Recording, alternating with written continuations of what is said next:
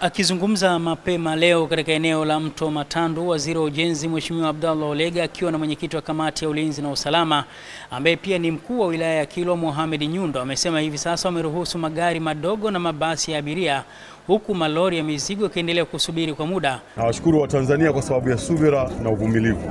Tumekesha wote hapa siku mbili na saa hizi naomba nitangaze rasmi kwamba barabara imefunguka. Imefunguka upande wa Somanga na barabara imefunguka hapa Matandu. Kazi kubwa imefanywa na wataalamu wetu usiku kucha bila ya kuchoka.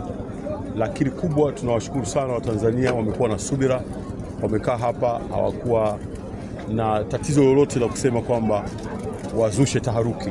Hili ni jambo kubwa na tuendelee kuwa na moyo wa namna hii kwa sababu katika majanga badala ya kutafuta mchawi, watu mnaungana, mnashughulika kwanza na yale majanga. Barabara imefunguka, tutaruhusu magari madogo, tutaruhusu magari ya abiria na baadaye tutaendelea kuruhusu mpaka malori. Sasa tunaimarisha hatua kwa hatua. Katika kuhakikisha kampeni ya kazi na utu tunasonga mbele inatekelezwa kwa vitendo, Mheshimiwa Ulega licha ya kuahidi kuwa wizara yake itaendelea kujenga na kuboresha madaraja na vivuko vilivyoharibika, lakini tukashuhudia akiwapatia vifungua kinywa ikiwemo maji na biskuti ya usafiri. Nilikuwa nimewanunulia maji ya kunywa, biskuti, kwa sababu tunaona wangu wengi mmekaa humu hamjapata hata kifungua kinywa.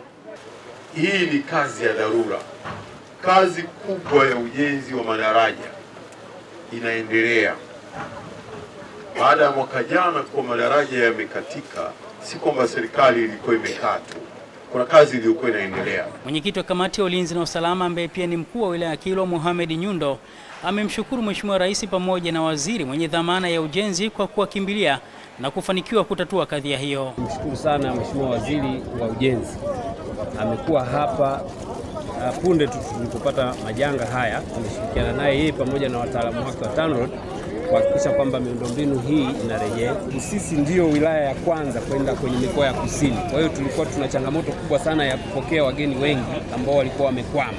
Nao wasafiri waliokwama katika eneo hilo wameishukuru serikali kwa kazi kubwa ya kuhakikisha vivuko hivyo vinatengenezwa na kurejesha usafiri kama zamani. Toka Masasi kuelekea Dar es Salaam kwa nauli ya Laki1.5, kwa sababu hapo tulikuwa tunavuka kwa shilingi 40,000. Hivyo basi sio wote wana uwezo wa kutoa Laki1.5. Kama unavyoona Mheshimiwa Waziri hajavaa mkanda, hajavaa tai, yuko pale toka asubuhi, yuko pale anahangaika. Kwa hiyo vitu kama hivi kwa viongozi wetu wakiwa wanatuonyesha namna hii, si waga tunakuwa na imani sana na viongozi wetu kama. Kwa sababu gani? Yeye muda wote anaenda kwenye eneo la tukio. Kwa hiyo hata mimi ambaye nimekuja saa 2 nikimwona mheshimiwa yuko pale, siwezi moyo kama unanyongeka kwa sababu kama kuumia tunaumia wote pale.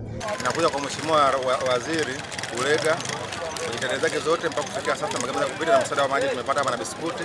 Nikiripoti kutoka hapa katika eneo la Kilwa mkoani Lindi, mimi ni Ahmad Nandonde, Channel 10.